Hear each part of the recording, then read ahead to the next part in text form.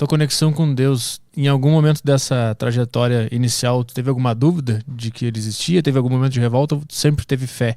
Não, eu sempre tive fé. Meu único momento de revolta foi quando eu fui fazer teologia, seminário. Ah, Entendeu?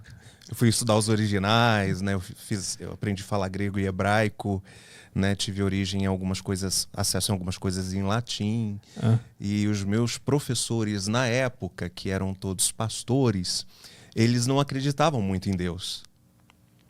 A ciência complicou a fé deles. O que a ciência fez comigo, o que aguçou a minha fé, me fez procurar absolutamente tudo histórico para mostrar que a Bíblia não errou. Na cabeça deles aconteceu o contrário. Eles começaram a se decepcionar com o que a Bíblia traz como dualismos. Nós dois queremos descrever o Caio. É Caio, né? Okay. Você vai escrever de uma forma. Você vai descrever de uma forma e eu vou descrever de uma outra forma, por causa da nossa interação com ele. Uma terceira pessoa, quando ver os nossos relatos, pode achar que o Caio é duas pessoas completamente diferentes. Sim. Uhum. Então a Bíblia traz isso, porque são narrativas de pessoas diferentes sobre o mesmo assunto. Uhum. E quando você pega isso, algumas pessoas falam, poxa, a Bíblia está errada. Não é, isso é chamado de dualismo. São pontos de vista diferentes sobre o mesmo assunto. Mas aí como é que se decide ou se sabe qual é o ponto mais claro?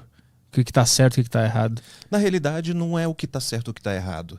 É só você entender o contexto. Você tem que ir para aquela época. Você tem que ir naquele século, naquela cidade, entender o governo daquela época. E isso a Bíblia não te dá, mas a história te dá. Então, por exemplo, a Bíblia fala sobre Alexandre o Grande. Só que ela chama ele de urso.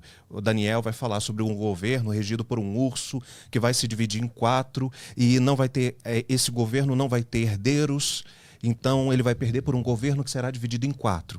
A história vem milênios depois e fala sobre Alexandre o Grande, que era chamado o urso da Grécia, entendeu? Que se tornou o maior império por causa da sua força. Alexandre o Grande era gay, logo não deixou descendentes, perdeu para o Império Romano, que virou uma tetrarquia. Foi dividido em 4. E por que chamavam ele de urso? A Bíblia dava nomes para os impérios. E aí a história também tinha mania. Por exemplo, dependendo da visão do general, ele tinha um apelido. Alguma coisa pegava na personalidade dele. Entendeu? A força, a guerra, Uhum. entendeu? Então você vê batendo. Então eu, sempre gostei muito de história e geografia, eu fui me inserir no contexto local para entender aquilo que a Bíblia me deixava como dúvida. Isso aguçou mais a minha fé e não me afastou. É por isso que quando eu me formei na faculdade, a primeira coisa que eu fiz foi dar aula na faculdade. Porque eu não queria que as pessoas que entrassem lá perdessem a fé, porque eu vi isso acontecendo a todo tempo. E eu cheguei no início a falar, puxa, tanta coisa aqui está diferente, está estranha. Será que é mesmo? Quais eram os principais pontos que tu teve que estavam te deixando em dúvida e que tu confirmou depois de estudar? Por exemplo, a doutrina calvinista de João Calvino, ela fala muito sobre a predestinação. O que é a predestinação? Deus é onipresente. Então ele sabe de tudo. Mas ele também é pré-onisciente. Ele sabe de tudo antes de acontecer. No entanto, que ele já escreveu como que o mundo vai acabar. Está o livro de Apocalipse para a gente, que no resto do mundo se chama Revelações. Então, a doutrina de Calvino ela foi interpretada de uma forma errada, aonde Deus, por saber de tudo, ele já decretou quem está no céu e quem está no inferno. Isso faz com que nós, seres humanos, independente do que a gente faça, nós seríamos apenas marionetes na mão de um Deus irado. Sim. Ou um Deus sarcástico. E também não tem livre-arbítrio porque já está escrito tudo que a gente ia fazer. Exatamente. Aqui. Então, por exemplo, eu pegar o celular aqui e levantar... Estava escrito. Estava escrito. Né? Maktub, como diriam os muçulmanos. Já estava escrito. Mas, e aí você vê que não. Quando você vai estudar as escrituras no original, você vê que a predestinação de Deus ela é sempre para o céu. Nunca para o inferno. Então, as pessoas elas têm a opção de não quererem Deus. Mas ele traça seu caminho para que em algum momento você tenha um encontro com ele. E a gente vai ter esse encontro mesmo se não acreditar ou se não tiver fé durante a minha vida aqui? Então, em algum momento você vai encontrar Deus, no além ou aqui, né? Mas a religião, ela bota alguns princípios. Isso que eu falo eu vou ser muito massacrado por causa disso. Mas a religião, ela traz alguns princípios que não necessariamente são princípios para você encontrar Deus.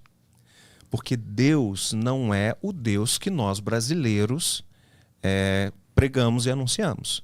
Deus, ele é atemporal. E ele se revelou para a gente daquele jeito. E nós chamamos de Deus. E nós só chamamos ele de Deus porque o apóstolo Paulo, quando foi pregar aos gregos em Atenas, viraram para ele e perguntaram assim: quem é o seu Zeus? Ou seja, quem é o seu máximo, o supremo, o Zeus do panteão? Aí ele falou: o meu Zeus é Theos. Então, Deus. Por isso, teologia. E aí surgiu o nome Deus. Porque o nome de Deus são 4 letras hebraicas que ninguém sabe traduzir. Porque é Yod, Resh, Vav, Resh. E como o hebraico não tem vogal, pode ser Yavé, Yeoa, Yeoa, Yeou. Você está entendendo?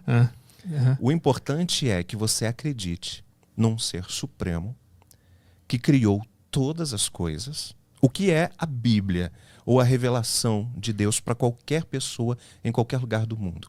Existe um ser supremo. Ele te ama a ponto de enviar o filho dele ou uma manifestação dele para morrer. E se você crê nisso e faz o bem, pronto.